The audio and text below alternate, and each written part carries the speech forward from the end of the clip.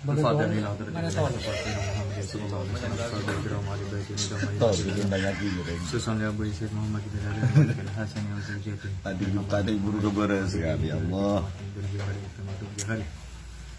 إلى جميع مشايخنا ومعلمنا وسادتنا وأصحاب الحقوق الواجبات علينا بأن الله تغشاهم بالرحمة ويؤلي درجاتهم في الجنة ويجعل علينا من أسرارهم وأنوارهم وعلومهم وبركاتهم في الدين والدنيا والآخرة بسر الفاتحة. أعوذ بالله من الشيطان الرجيم. بسم الله الرحمن الرحيم. الحمد لله رب العالمين الرحمن الرحيم مالك يوم الدين إياك نعبد وإياك نستعين اهدنا الصراط المستقيم صراط الذين أنعمت عليهم غير المغضوب عليهم ولا الضالين آمين. ولا أبو يسير أحمد محمد بن آدم مالك بن حسن وأبو جهل الدين الشيخ شاكر ومعلمنا وسادتنا وأصحاب الحقوق الواجبات علينا بأن الله يحفظهم وينصرهم ويبارك فيهم وفي أمرهم إخوانهم وأولادهم وجماعتهم وتلاميذهم في خير اللطف وعافية بسر الفاتحة.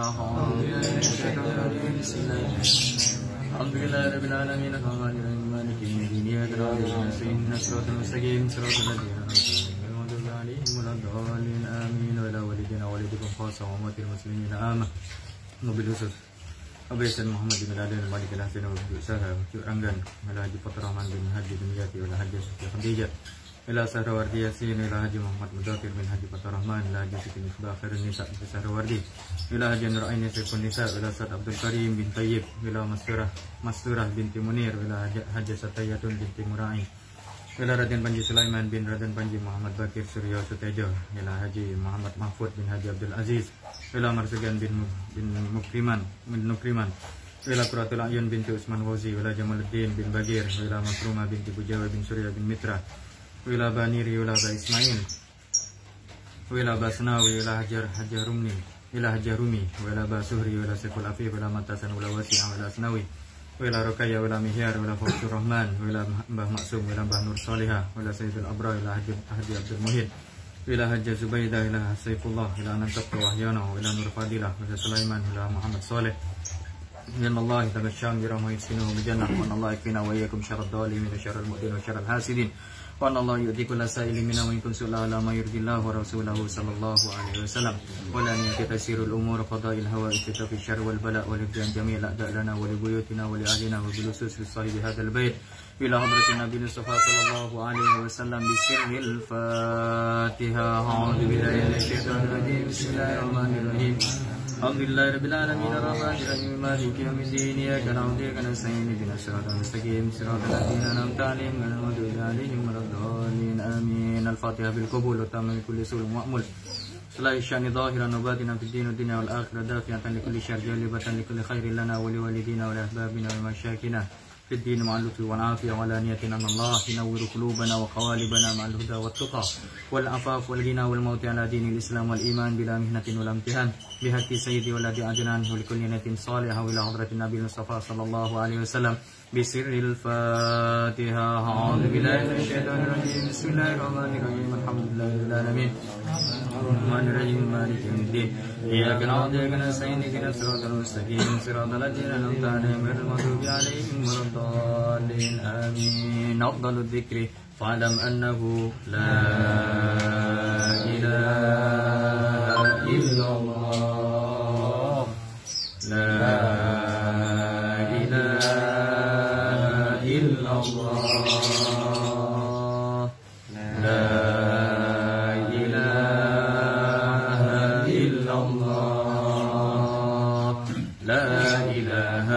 إلا الله لا إله إلا الله لا إله إلا الله لا إله إلا الله لا إله إلا الله لا إله إلا الله لا إله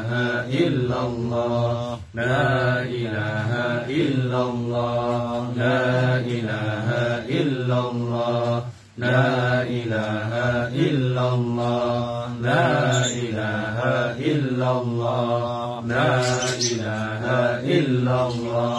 لا إله إلا الله لا إله إلا الله لا إله إلا الله لا إله إلا الله لا إله إلا الله لا إله إلا الله لا إله إلا الله لا إله إلا الله لا إله إلا الله لا إله إلا الله لا إله إلا الله لا إله إلا الله لا إله إلا الله الله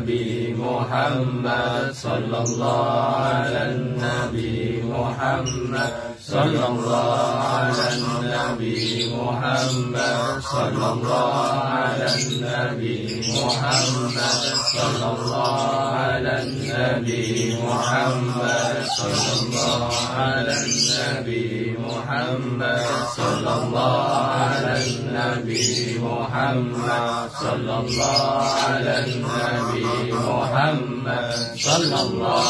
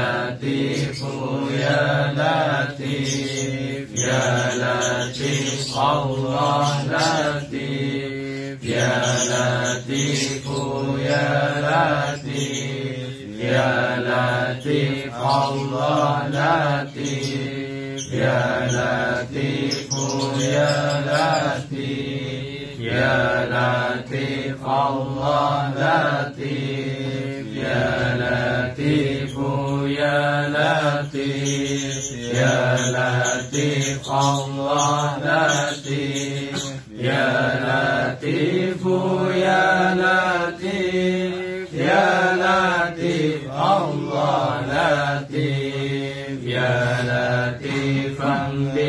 بخلقي يا عالما بخلقي يا خبيرا بخلقي قلت بنا يا لطيف يا عليم يا خبير يا لطيفا بخلقي يا عليما بخلقي يا خبيرا بخلقي قلت بنا يا لطيف يا عليم يا خبير يا لطيفا بخلقي يا عليما بخلقي يا خبيرا بخلقي قلت بنا يا لطيف يا عليم يا خبير يا لطيفا لم يزل قلت بنا فيما نزل إنك لطيف لم تزل قلت بنا والمسلمين يا لطيفا لم يزل قلت بنا فيما نزل إنك لطيف لم تزل قلت بنا والمسلمين يا لطيفا لم يزل قلت بنا فيما نزل إنك لطيف لم تزل قلت بنا والمسلمين لا إله إلا الله محمد رسول الله في كل لمحة ونفس عدد ما وسعه علم الله لا إله إلا الله محمد رسول الله في كل لمحة ونفس عدد ما وسعه علم الله لا إله إلا الله محمد رسول الله في كل لمحة ونفس عدد ما وسعه علم الله لا إله إلا الله محمد رسول الله في كل لمحة ونفس عدد ما وسعه علم الله حسبي ربي جل الله ما في قلبي إلا الله على الهادي صلى الله لا إله إلا الله لا إله إلا الله لا إله إلا الله محمد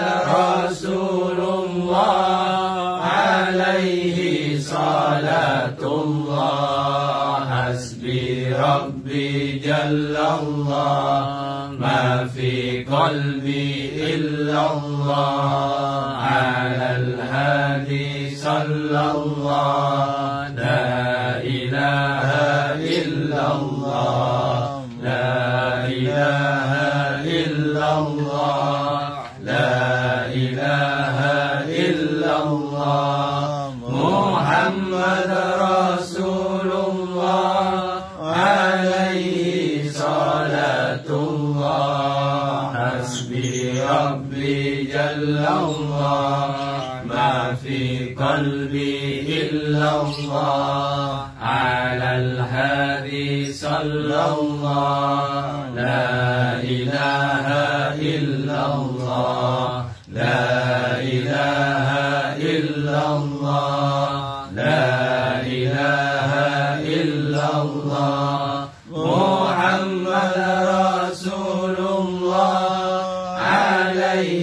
صلاة الله يا عالم السر منا لا تكشف الستر عنا وعافنا واعف عنا وكلنا حيث كنا يا عالم السر منا لا تكشف الستر عنا وعافنا واعف عنا وكلنا حيث كنا يا عالم السر منا لا تكشف الستر عنا وعافنا واعف عنا وكلنا حيث كنا اللهم يا ربنا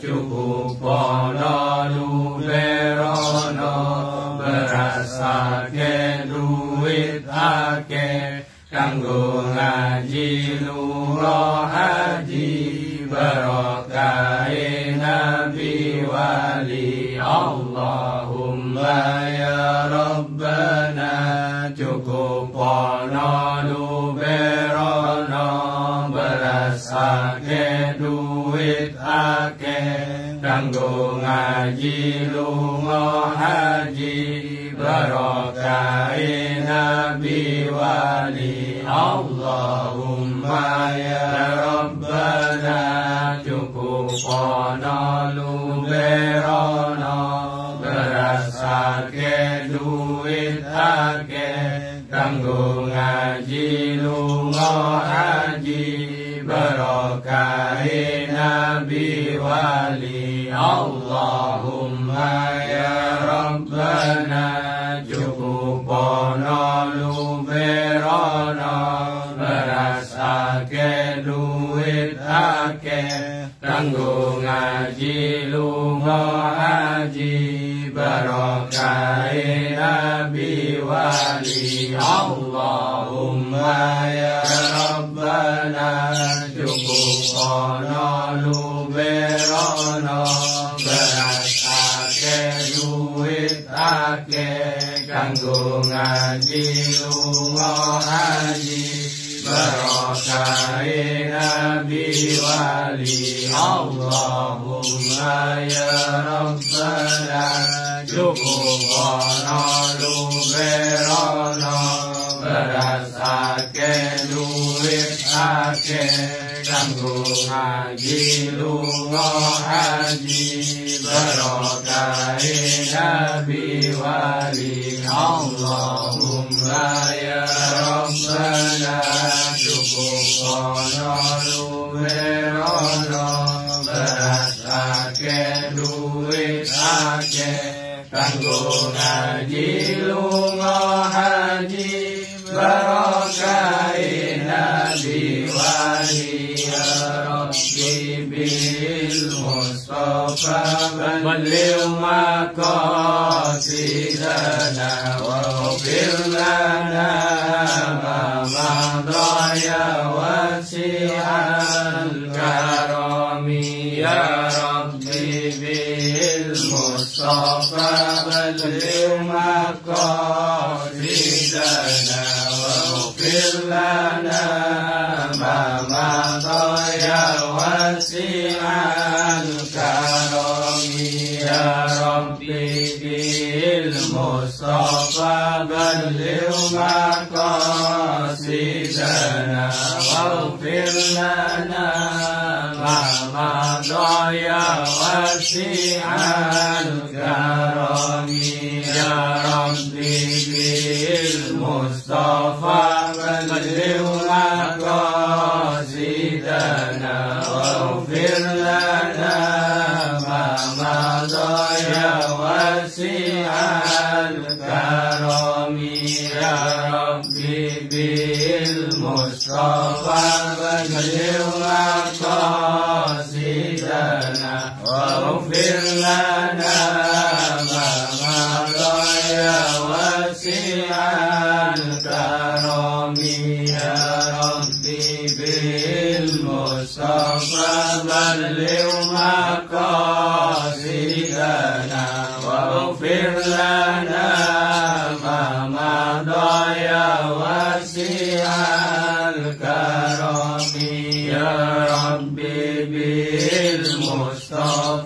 بلغ مقاصدنا واغفر لنا ما مضى يا واسع الكرم الله ارحمنا أنت مولانا الله وكملنا ما لنا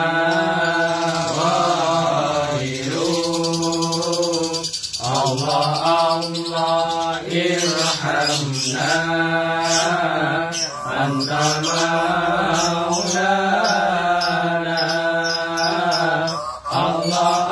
الله وكملنا ما لنا غيره الله ارحمنا أنت مولانا الله وكملنا ما لنا غيره سبحان ربك رب العزة عما يصفون سلام على المرسلين الحمد لله رب العالمين ربنا تقبل منا واقبلنا بسر الفاتحة أعوذ بالله من الشيطان الرجيم بسم الله الرحمن الرحيم الحمد لله رب العالمين الرحمن المالك يوم الدين إياك نعبد وإياك نستعين اهدنا الصراط المستقيم صراط الذين أنعمت عليهم غير المغضوب عليهم ولا الضالين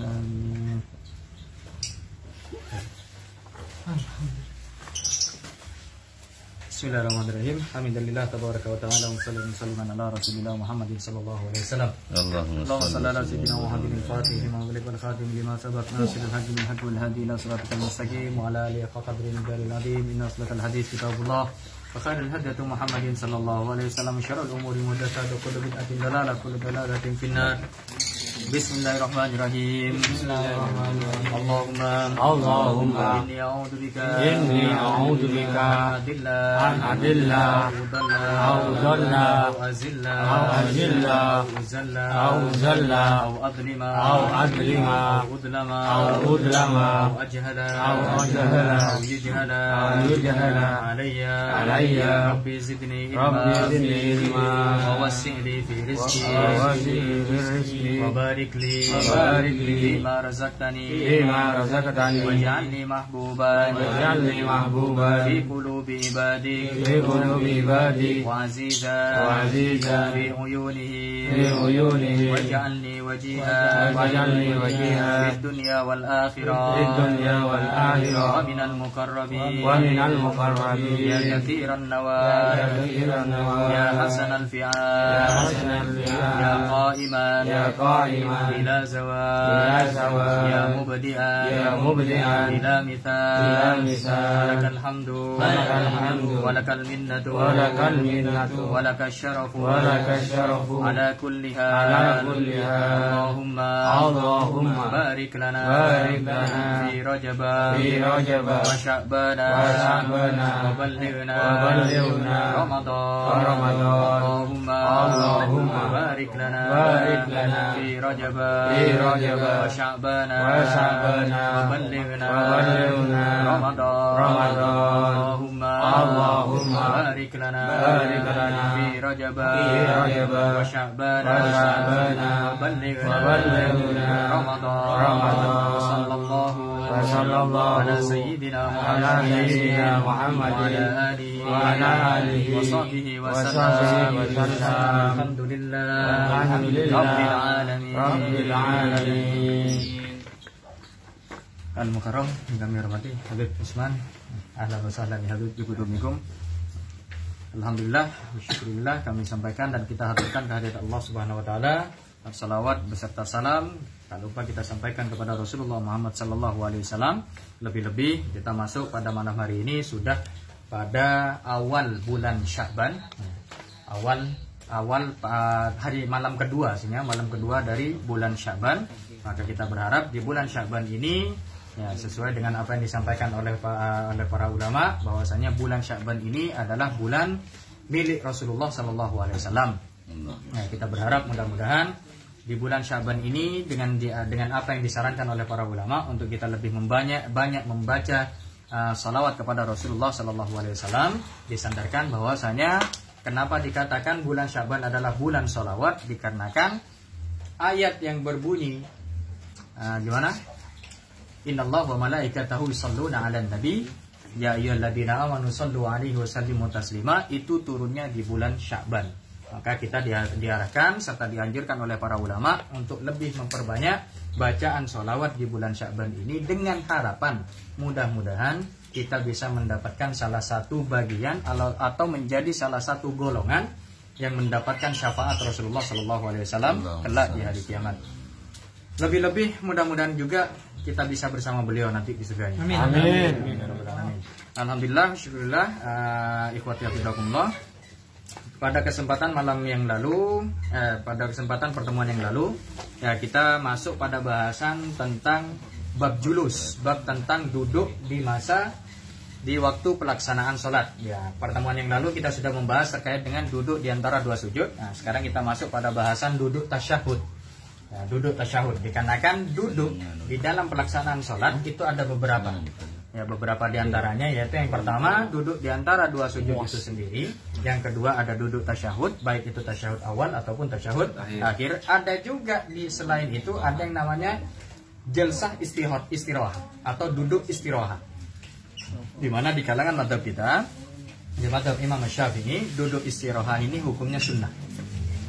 Cuma ada beberapa mazhab yang kemudian mengingkari atau memakruhkan pelaksanaan duduk istirahat ini. Cuma makna makruhnya tadi tidak sampai parah. Makna parah di sini berarti dianggap bahwa hal tersebut tidak dari bagian agama atau tidak dari bagian pelaksanaan sholat. Tidak, hanya saja ulama tersebut memiliki alasan tersendiri dan memiliki dalil tertentu juga yang kemudian mengatakan jalsah istirahat itu tidak perlu dilakukan. Nah, untungnya di mazhab kita, di mazhab Imam Syafi'i, jalsah istirahat ini hukumnya sunnah. Cuma kita masih belum membahas tentang duduk istirahat itu, kita masih masuk pada bahasan duduk tasyahud, baik itu tasyahud awal ataupun tasyahud akhir. Nah, kita langsung masuk aja, dikarenakan ada beberapa hal yang tidak memungkinkan kita untuk agak terlalu malam. Ya, karena ada satu hal dan lainnya yang tidak mungkin kita untuk memperlama sampai seperti pertemuan sebelumnya.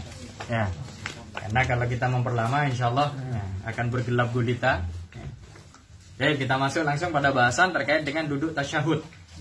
Duduk tasyahud kita bagi beberapa poin. Yang pertama, jenis duduk dari tasyahud ini sendiri. Ada beberapa pendapat. Ya, di sini kita kumpulkan, kita rangkumkan ada 3 pendapat terkait dengan tata cara atau jenis duduk yang dilakukan pada saat pelaksanaan tasyahud. Pendapat pertama, duduk iftirash di tasyahud awal dan tawarruk di tasyahud akhir. Perbedaan antara iftirash dengan tawarruk sudah kita bahas pada pertemuan sebelumnya. Cuma untuk mengingat kembali agar kita tidak lupa apa yang kita pelajari pada pertemuan sebelumnya. Maka yang dimaksud dengan duduk iftirash ini yang dibahas oleh para ulama disandarkan pada beberapa hadis. Duduk iftirash itu yaitu menghamparkan kaki kiri, menghamparkan telapak kaki kiri, ya, dan menegakkan telapak kaki kanan. Berarti bentuknya begini.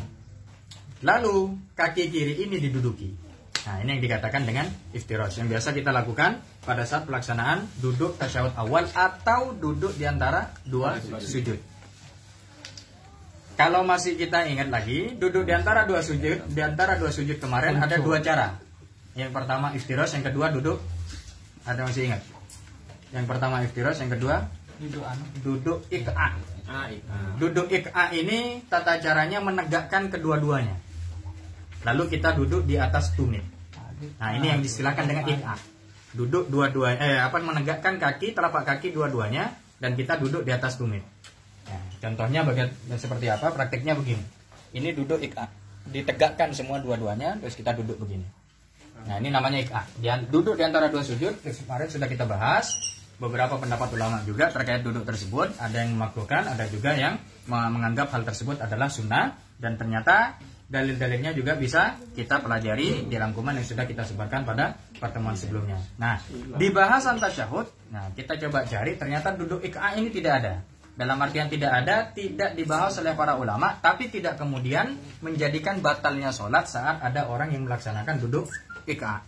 Jadi andai kata ada yang tasyahud awal ataupun tasyahud akhir, melaksanakan atau menggunakan cara atau jenis duduk iqah ini tidak kemudian sampai menjadi pembatalan sholatnya. Hanya saja jauh dari tingkat kesempurnaan, begitu saja. Baik, kita masuk pada bahasan yang pertama, yaitu pendapat pertama terkait dengan jenis duduk tasyahud, yaitu duduk iftirash. Duduk iftirash di mana kaki kiri itu diduduki dan kaki kanan, telapak kaki kanan ditegakkan, itu di tasyahud awal, dan tawarruk di tasyahud akhir.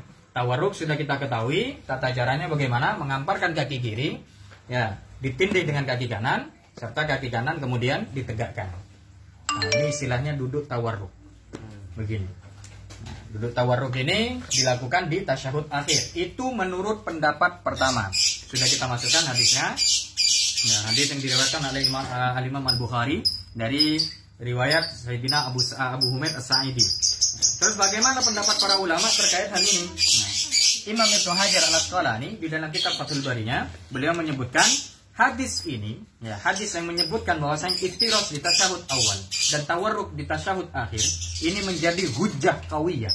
Ya, hujjah yang kuat bagi mazhab Asy-Syafi'i, mazhab Imam Asy-Syafi'i. Menjadi hujjah atau landasan atau apa istilahnya? Sandaran yang kuat, ya. Sandaran serta landasan yang kuat bagi mazhab Imam Asy-Syafi'i dalam penerapannya. Karena ini yang diambil, pendapat pertama ini yang diambil oleh Imam Asy-Syafi'i di dalam mazhabnya. Wa man qala bi qaulihi, atau orang-orang atau pengikut-pengikut yang mengambil pendapat beliau juga. Baik, itu yang pertama, pendapat dari Imam Ibnu Hajar. Pendapat Imam Ibnu Hajar yang beliau sampaikan di dalam kitab Fathul Bari. Namun beliau kemudian melanjutkan, wastadalla bi Syafi'i aidan ala anna tasyahhud as-subhi kat tasyahhudil akhir. Nah, beliau menyebutkan bahwasanya tasyahud akhir yang dalam pelaksanaan sholat subuh. Nah, padahal awalnya kan Imam Syafi'i mengatakan apa?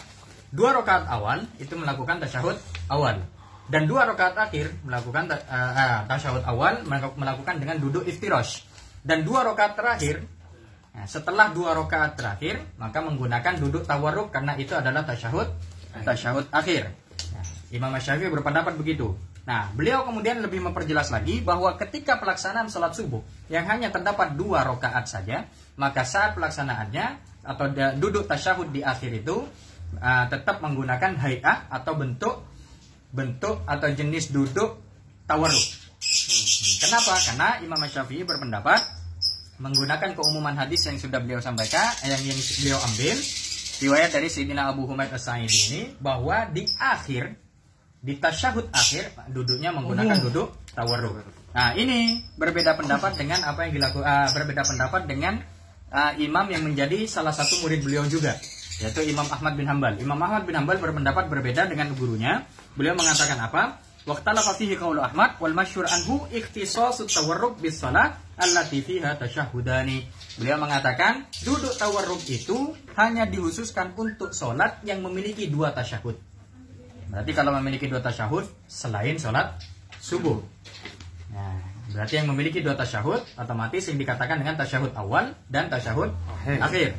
Nah, jadi duduk tawarruk kata Imam Ahmad bin Hanbal yang menjadi kemudian landasan dari mazhab Hambali, beliau mengatakan duduk tawarruk itu hanya dihususkan bagi sholat yang memiliki 2 tasyahud saja. Adapun yang cuma punya satu tasyahud, dalam hal ini berarti kasusnya di salat subuh, maka duduk tasyahud akhirnya salat subuh cukup dengan iftirash, tidak dengan tawarruk. Itu pendapat dari Imam Ahmad bin Hanbal. Maka kita kalaupun nanti ketika sholat melihat ada orang yang duduk iftirash, tidak perlu kita kemudian tidak usah gawat istilahnya. Mana gawat ini kemudian sampai menyalahkan apa yang dilakukan orang tersebut. Kenapa? Mungkin, nah, kita harus nonton saja. Mungkin orang ini belajar dari gurunya begini. Ternyata gurunya mengambil dari satu kitab yang itu pendapat dari Imam Ahmad bin Hanbal. Kita lanjutkan, itu pendapat pertama yang menjadi pendapat Imam Asy-Syafi'i bahwa di tasyahud awal menggunakan iftirash dan di tasyahud akhir menggunakan tawarruk. Pendapat kedua yang diadopsi oleh Imam Malik. Imam Malik berpendapat duduk tawarruk dalam tasyahud awal maupun tasyahud akhir. Jadi di tasyahud awal cara duduknya tidak menggunakan iftirash, langsung tawarruk seperti pelaksanaan tasyahud akhir. Di awal ataupun di tasyahud akhir, keduanya sama, Ini menurut pendapat Imam Malik, ditukil oleh Imam Ibnu Hajar al-Asqalani ini di dalam kitab Fathul Bari di halaman yang sama. Beliau mengatakan apa? Wa khalafa fi dzalikal Malikiyah wal Hanafiyah. Imam Malik dan Imam Hanafi atau mazhab Maliki dan mazhab Hanafi, mereka berdua berbeda pendapat, ya berbeda pendapat dengan mazhab Asy-Syafi'i. Beliau berdua mengatakan apa? Yusawi bainahuma, disamakan di antara keduanya. Hanya saja, lakin qalal Malikiyah, hanya saja pendapat mazhab Malikiyah mengatakan apa? Yatawarraku fihima, menggunakan duduk tawarruk di dua tasyahud yang ada. Kama jaa fit tasyahudil akhir, disamakan semua duduk tasyahud itu seperti pelaksanaan tasyahud akhir. Ini pendapat Imam Malik. Nah, jadi pendapat Imam Malik menggunakan tawarruk di tasyahud awal maupun di tasyahud akhir.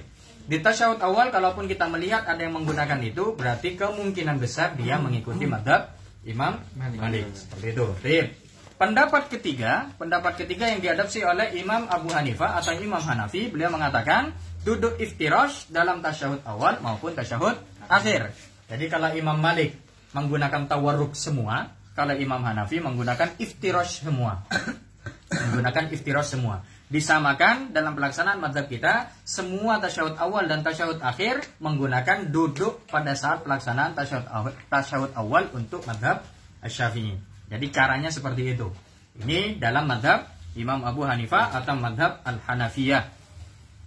Wa akasahu al-akharun. Nah, beliau mengatakan apa? Sementara yang lain yaitu mazhab Hanafi justru sebaliknya. Kalau mazhab Maliki mengatakan semuanya tawarruk, Imam Abu Hanifah atau mazhab Hanafi mengatakan semuanya iftirash. Nah, di mazhab Syafi'i saja yang menggunakan dua.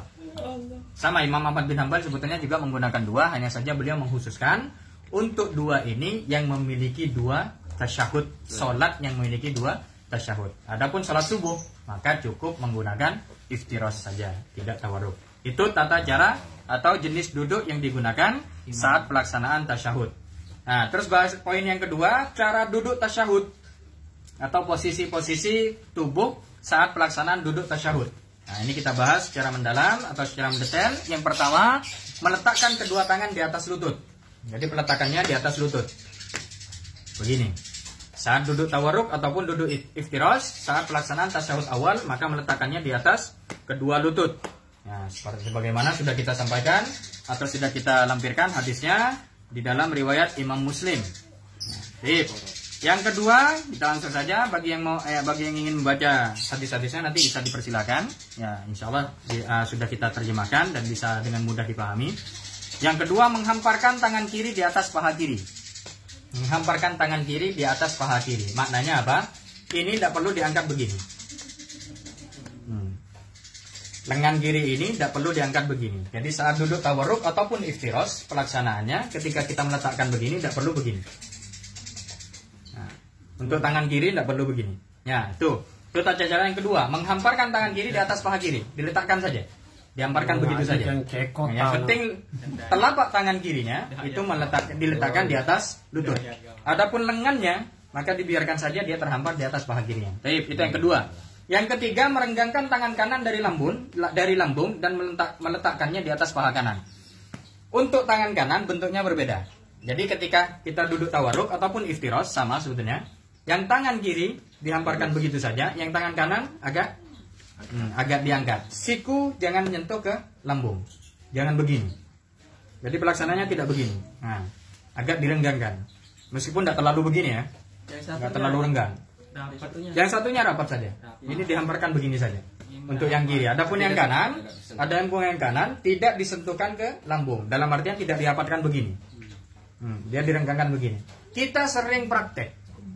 Ya, kita tahu prakteknya. Selama ini kita mempraktekkan, kita langsung belajar menggunakan prakteknya, tapi tidak membahas teori atau landasan dalilnya. Nah, saat ini kita membahas terkait dengan teori dan landasan dalilnya. Mungkin sejenak kita berpikir dulu. Kok bisa tangan kanan direnggangkan? Gimana pelaksanaan tasyahud akhir ini kok bisa tangan kanan direnggangkan? Padahal selama ini kita prakteknya begitu. Coba selama kita tawarruk bagaimana? Kembali. Nah, ketika tawarruk bagaimana? Tangan kiri dihamparkan normal, tapi tangan kanan masih begini. Dia tidak nyentuh. Gak ada orang yang tawarruk begini. Kita tidak pernah melihat, kita pun tidak pernah mempraktekkan. Nah, dia akan direnggangkan dengan lambung. Otomatis. Kenapa? Karena kita prakteknya dulu dari para guru kita. Ya, beliau lebih mengutamakan yang namanya langsung tatbik, langsung prakteknya, pembiasaan. Makanya bahasa para ulama dari dulu apa? Bitakrir, dengan mengulang-ulang, yahsulut takrir akan menjadi pembiasaan atau karakter. Wabit takrir yahsulut tanwir. Dari takrir ini, dari pembiasaan atau karakter ini akan menjadi yang namanya pencerahan. Nah, dulu mungkin kita belajarnya begitu sudah, terima begitu aja. Karena pada dasarnya memang bagi anak belia atau bagi remaja seumuran Eza ini, nah, ketika dipelajari tidak usah diajarkan dalil. Jadi Eza diajarkan tata cara sholat, tidak perlu menggunakan bahasa dalil. Oh ini Za, ini menurut madhab Hanafi begini. Oh bingung masih. Jadi langsung saja prakteknya begini. Nah, kapan nanti dia akan mendapatkan pelajaran seperti itu? Setelah dia cukup untuk menerima, otaknya cukup untuk menerima. Nah, sekarang saya rasa antum-antum sudah mumpuni. Makanya ketika kita membahas ini dulu, kok bisa nih tangan kanan direnggangkan? Padahal selama ini kita praktek sudah. Jadi tidak usah kaget.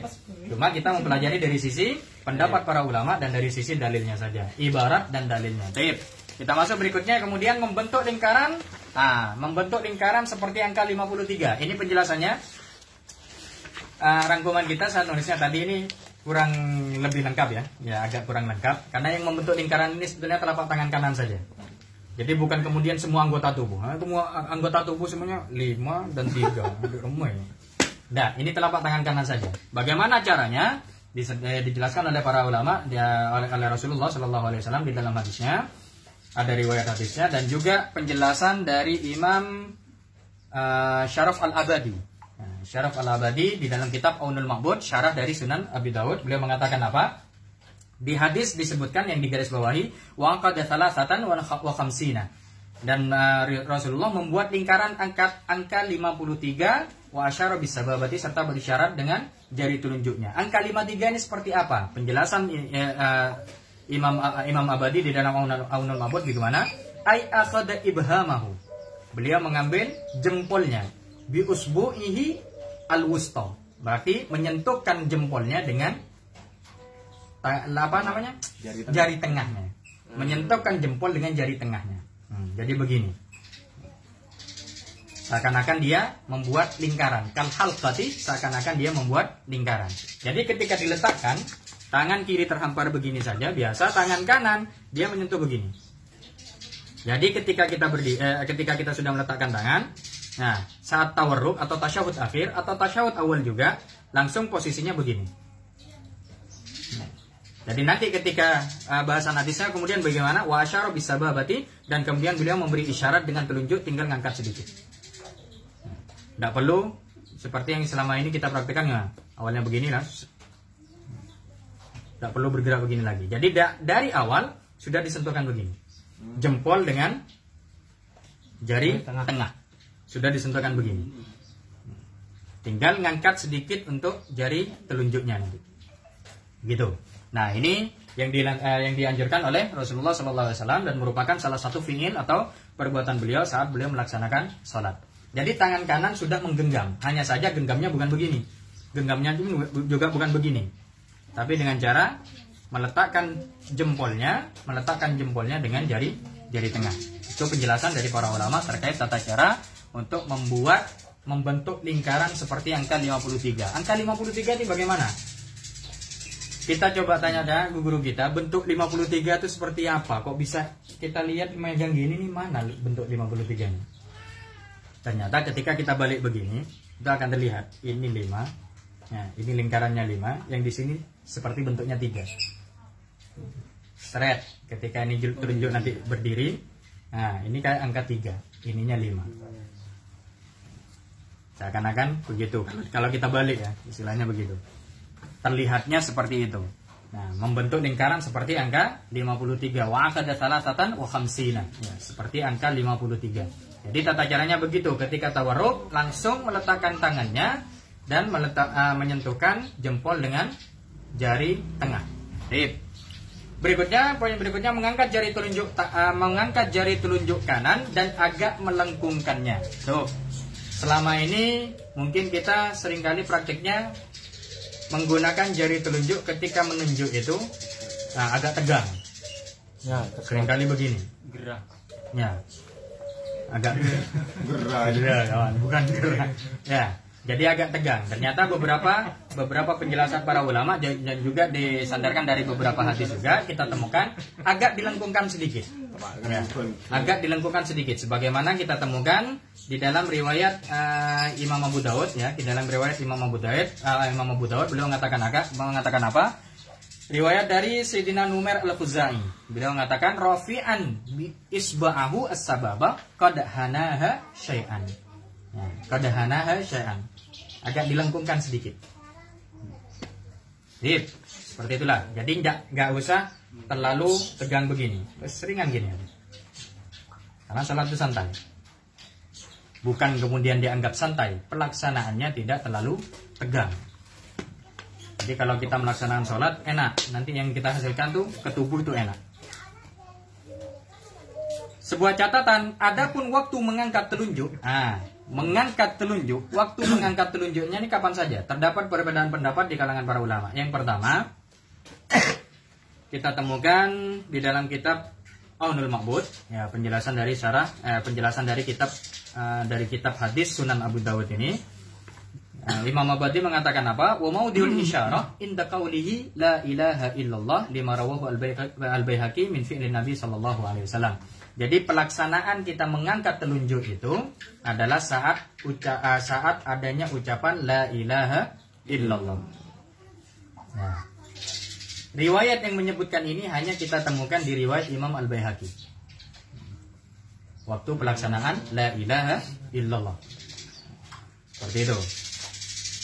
Adapun nanti bahasan panjang ini sebetulnya terkait waktu pengangkatan telunjuk ini sebetulnya panjang. Makanya kita sebutkan di sini ada perbedaan pendapat di kalangan para ulama. Kita lanjutkan. Qala ashabus Syafi'i, ya, berkata pengikut Imam Asy-Syafi'i termasuk beliau juga, yakunul isyarah bil usbu. Adapun isyarah itu menggunakan usbu atau jari yang kita sebut dengan jari telunjuk. Inda qaulihi illallah minasyahadah. Nah, di mazhab Asy-Syafi'i pengangkatan telunjuk itu pada saat pelaksanaan ucapan asyhadu an la ilaha illallah baru kita ngangkat. Ini di mazhab Syafi'i, mazhab kita ya. Di mazhab Syafi'i asyhadu an la ilaha illallah baru kita ngangkat. Itu tata cara yang pertama, itu pendapat dari mazhab Syafi'i. Adapun mazhab yang kedua, qala al-Halwani minal Hanafiyah, dari mazhab Hanafi, beliau mengatakan apa? Yuqimu isba'ahu inda qaulihi la ilaha. Diangkat ketika pengucapan la ilaha. Jadi sebelumnya agak diangkat, hanya memposisikan begini saja. Bentuk 53 tadi. Tapi ketika ucapan asyhadu an la ilaha, dia diangkat. Asyhadu an la ilaha, dia diangkat. Wa yad'u inda qaulihi illallah. Jadi praktiknya asyhadu an la ilaha illallah. Sebentar saja diangkatnya. Di mazhab Hanafi, cara pengangkatan telunjuknya sebentar saja. Kalau kita kan sampai akhir. Di mazhab Syafi'i kan sampai akhir. Asyhadu an la ilaha illallah wa asyhadu anna Muhammadar Rasulullah. Ada riwayat wa asyhadu anna Muhammadan abduhu wa rasulullah sallallahu alaihi wasallam Muhammad wa alihi dan seterusnya sampai akhir baru kita letakkan atau kita turunkan. Di mazhab Hanafi, asyhadu an la ilaha illallah baru letakkan. Sebentar saja. La ilaha illallah baru letakkan. Asyhadu an la ilaha illallah taruh. Itu pelaksanaan di dalam mazhab Al-Hanafi atau mazhab Imam Abu Hanifah. Beliau mengatakan bagaimana? Fayakunu raf'u lin-nafyi wal wad'u lil-itsbat. Karena lafaz la ilaha illallah itu ada bahasan nafi dan itsbat ya. Nafi dan itsbat. Nafinya peniadaan atau menafikan, penafian atau peniadaan saat di lafaz la ilaha. Nah, ketika kita mengatakan la ilaha berarti tiada Tuhan. Di mazhab Hanafi langsung diangkat, telunjuknya diangkat. Maknanya apa? La ilaha, tapi kita meyakini ada ketauhidan di situ satu. Ya, illallahu, sudah di situ isbat. Dikarenakan sudah ada isbat penetapan bahwasanya hanya Allah saja, sudah cukup kita meletakkannya. Itu pendapat dari Imam Abu Hanifah. Qala al-Mubarakfuri, ya, kita temukan di dalam kitab Tuhfatul Ahwadhi, karangan dari Imam Mubarakfuri. Beliau mengatakan apa? Zahirul ahadis, zahirnya hadis-hadis yadullu alal isyarah min ibtida'il julus. Ya, menunjukkan bahwasanya isyarat telunjuk itu dilakukan dari awal permulaan duduk. Jadi saat kita sudah duduk tawarruk, tanpa nunggu la ilaha illallah, itu sudah langsung kita ngangkat telunjuk, memberikan isyarat telunjuk. Itu pendapat yang disampaikan oleh Imam Mubarakfuri di dalam kitab Tuhfatul Ahwadi syarah atau penjelasan dari Sunan At-Tirmidzi. Penjelasan hadis dari Sunan At-Tirmidzi. Maknanya, makanya yang saya sebutkan tadi, penemuan hadis yang mengatakan bahwa waktu peletakan atau waktu isyarat telunjuk itu ditunjukkan di saat pembacaan la ilaha illallah itu hanya ditemukan di dalam riwayat Imam Al-Baihaqi. Di riwayat hadis lainnya tidak ditemukan. Maknanya apa? Dari hadis-hadis yang ada itu hanya menunjukkan secara umum Rasulullah ketika duduk tasyahud, beliau duduk, kemudian beliau memberi isyarat telunjuk. Itu saja. Pelaksanaannya kapan? Tidak ada penjelasannya. Hanya Imam Syafi'i dan Imam Abu Hanifah mengambil dari riwayat Imam Baihaqi tadi, bahwasanya ada waktu pelaksanaan untuk mengangkat isyarat telunjuk tersebut. Nah, makanya dari sisi itulah Imam Mubarakfuri mengatakan apa? Zahirul ahadis, zahirnya hadis-hadis yang ada, nah itu menunjukkan tidak ada waktu pelaksanaannya itu. Yang mengatakan harus pada saat pembacaan la ilaha illallah, enggak. Jadi saat dia duduk tawarruk, langsung dia mengangkat jari telunjuknya sebagai isyarat saat dia duduk tasyahud. Seperti itu. Nah, ini kita pernah mendapatkan keterangan dari guru-guru kita bahwa pendapat yang ketiga ini juga diadopsi oleh mazhab Maliki. Jadi mazhab Imam Malik mengatakan bahwasanya ketika seseorang duduk tawarruk maka tidak perlu menunggu bacaan asyhadu alla ilaha illallah untuk telunjuknya, tapi dia langsung memulai mengangkat jari telunjuknya saat dia pertama kali duduk tasyahud atau duduk tawarruk itu. Baik. Jadi ini termasuk salah satu dari mazhab Imam Malik atau mazhab Al-Malikiyah. Jadi ada 3 pendapat ini yang bisa kita lihat. Nah, ini biasanya sering jadi kericuhan di antara masyarakat kita. Makanya ini biar jadi salah satu tambahan perbendaharaan ilmu bagi kita, agar kiranya meskipun andai kata kita tidak bisa mengurangi fitnah atau kekacauan yang terjadi di kalangan masyarakat kita, minimal kita tidak nambahin. Kenapa? Karena kita sudah tahu ilmunya. Nah, setidaknya kalau nanti kita menemukan ada yang mengangkat jarinya dari awal dia duduk, langsung diangkat jarinya, sudah kita tidak kaget. Mungkin ini gurunya mengajarkan pendapat dari Imam Malik. Ya, itu seperti itulah. Ya, setidaknya kita tidak kaget lah, arahnya begitu. Baik. Poin berikutnya, mengarahkan pandangan mata ke telunjuk yang diangkat. Mengarahkan pandangan mata kita ke telunjuk yang diangkat, telunjuk sendiri, bukan telunjuknya orang. Nah, ini yang jadi permasalahan keseringan begitu. Ya, tiba-tiba ada yang bertanya, ini gimana ini? Ada yang samping saya ini telunjuknya gerak-gerak. Saat pelaksanaan sholat, telunjuk siapa yang ente lihat? Nah, ini harusnya menjadi pertanyaan pertama. Telunjuk siapa yang ente lihat? Ya, harusnya ajarannya itu telunjuk ente sendiri, bukan punya orang. Berarti maknanya saat kita duduk tawarruk, bukan lagi kita mengarahkan pandangan ke tempat sujud atau mengarahkan pandangan ke di antara dua lutut, tapi mengarahkan pandangan langsung pada ke telunjuk yang kita angkat ini. Yang disandarkan pada hadis bagaimana? Ada hadis yang disampaikan yang diriwayatkan oleh Sayyidina Abdullah bin Zubair di akhir itu, wa asyara bisababati la yujawizu basaruhu isyaratahu. La yujawizu basaruhu isyaratahu. Rasulullah menggunakan berisyarat dengan jari telunjuknya, serta pandangan beliau tidak melewati isyarat tangan atau isyarat telunjuknya. Berarti yang beliau lihat waktu itu adalah telunjuknya. Begini. Nah, ketika kita ngangkat, berarti posisi tangan tetap ya, jempol dengan jari tengahnya tetap. Jadi pelaksanaannya begini. Tetap dikumpulkan begini, tetap direkatkan. Untuk melihat dari sisi kesunahnya. Terus apa? Kalau kita nggak melakukan begini, apa batal sholatnya? Tidak. Kita hanya menggunakan satu sisi sunnah. Ihya'us sunnah, ini kita yakini adalah salah satu hal yang lebih baik, ya, lebih afdal. Maka kalau kita dikasih pilihan, mau saya kasih hadiah mobil apa sepeda motor, tentunya kita akan pilih mobil. Kan satu hal yang jelas istilahnya kan. Berarti dalam artian ketika kita mendapatkan suatu ajaran, oh ada yang baik, tapi kita lihat sana, oh ada yang jauh lebih baik. Kira-kira mau yang pilih yang mana? Kan begitu saja. Logikanya begitu. Meskipun yang baik ini tidak kemudian jelek, tidak kemudian menjadi jelek. Tidak ada istilah baik itu kemudian menjadi jelek. Tetap dia baik.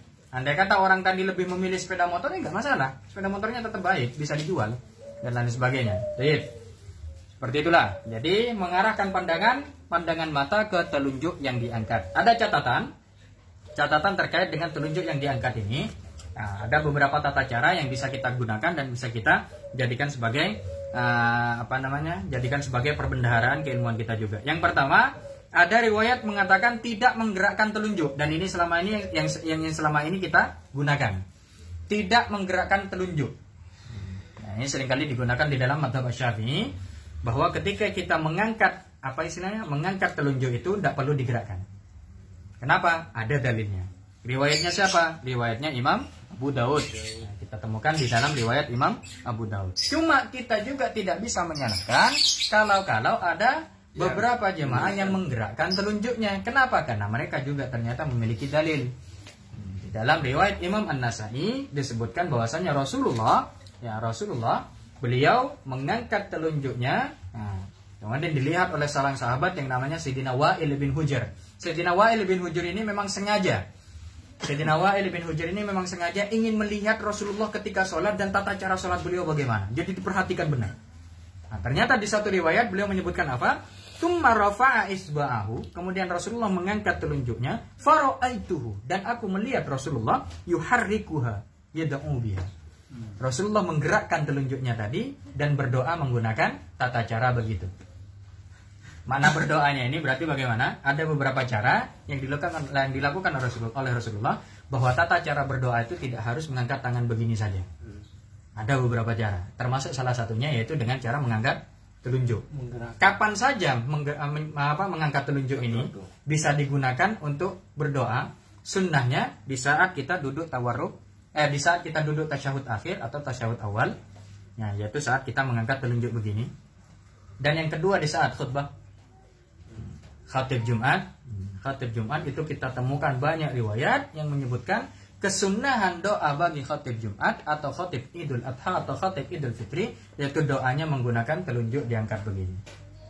Nah, ini yang seringkali menggunakan biasanya orang-orang Muhammadiyah. Rata-rata yang menggunakan begitu. Tapi apakah ketika mengangkat tangan begini salah? Ya enggak, tidak salah. Hanya saja ada memang yang lebih utama. Pun yang menggunakan cara begini jangan menyalahkan yang mengangkat tangan. Yang mengangkat tangan jangan juga menyalahkan yang mengangkat jarinya begini. Karena kesunahannya memang caranya begini oleh Rasulullah. Begitu. Jadi kita temukan sampai ada satu riwayat yang menyatakan seorang sahabat ketika beliau menghadiri satu jemaah salat Jumat, ya, ternyata khatibnya itu berdoa dengan mengangkat tangan ini. Sahabat tadi mungkin didikannya beda ya, karena sahabat ini ada yang lunak, ada juga yang keras. Langsung bahasa sahabat tadi bagaimana? Qabbahallahu wajhak. Mudah-mudahan Allah menjelekkan wajahmu, memperburuk wajahmu. Kenapa? Karena Rasulullah tidak pernah berdoa begini, kata sahabat ini. Ya, tidak pernah berdoa begini saat khutbah. Beliau berdoanya begini. Cuma tidak kemudian kita mengambil satu kesimpulan, oh berarti salah yang begini. Nah, kemungkinan besar ada riwayat, ya, ada riwayat yang digunakan oleh para ulama bahwa berdoa saat khutbah begini tidak masalah. Kenapa? Karena kita husnudon, ulama itu dikatakan ulama karena dia memiliki ilmu. Kalau kita tidak percaya ke para ulama, terus kita mau percaya ke siapa lagi? Kebalikan dari ulama ini hanya juhala. Ya. Kebalikan nama atau kebalikan kata dari ulama adalah juhala. Kalau tidak percaya ke ulama, berarti kita percaya ke juhala, orang-orang jahil. Naudzubillah. Yang mudah-mudahan seperti itu. Jadi catatannya, jadi yang bisa kita katakan, catatan untuk pengangkatan telunjuk atau isyarat telunjuk ini, yang pertama boleh menggerakkan telunjuk dan boleh juga tidak menggerakkan telunjuk. Dasarnya ada dan pelaksanaan dari para ulama juga ada. Biasanya menggunakan gerakan telunjuk ini di mazhab Maliki. Jadi saat mereka pertama kali duduk sudah mengangkat telunjuknya, lalu telunjuknya ini digerakkan. Adapun di mazhab Syafi'i kebanyakan tidak menggunakan penggerakan telunjuk ini. Ya, Seperti itu. Sip. Itu catatannya. Dan yang terakhir, nah, ada bahasan dilarang menyandarkan tangan ke belakang. Makna menyandarkan tangan ke belakang bagaimana? Saat duduk tawarruk, ya, saat duduk tawarruk begini dilarang, dilarang mencondongkan atau meletakkan tangannya ke belakang. Kalau ada beberapa bahasan para ulama di sini apa? Ya, katanya Imam Harun bin Zaid ini sakiton ala syikihi al-aisar, mencondongkan tubuhnya ke sisi kiri. Jadi dia saat tawarruk, begini. Anaknya. Nah, ini yang tidak diperbolehkan atau yang masuk ke dalam bahasan larangan. Di mana Sayyidina Abdullah bin Umar, putra dari Sayyidina Umar, beliau mengatakan, la tajlis hakada, jangan duduk begitu. Fa inna hakada yajlisul ladzina yu'adzabun, karena orang yang duduk begitu adalah cara duduknya orang-orang yang diadab. Ini katanya Sayyidina Abdullah bin Umar. Sayyidina Abdullah bin Umar ini termasuk salah satu dari abadilah. Abadilah atau orang yang memiliki nama Abdullah, dan mereka menjadi ulama di kalangan para sahabat. Jadi ada 4 nama.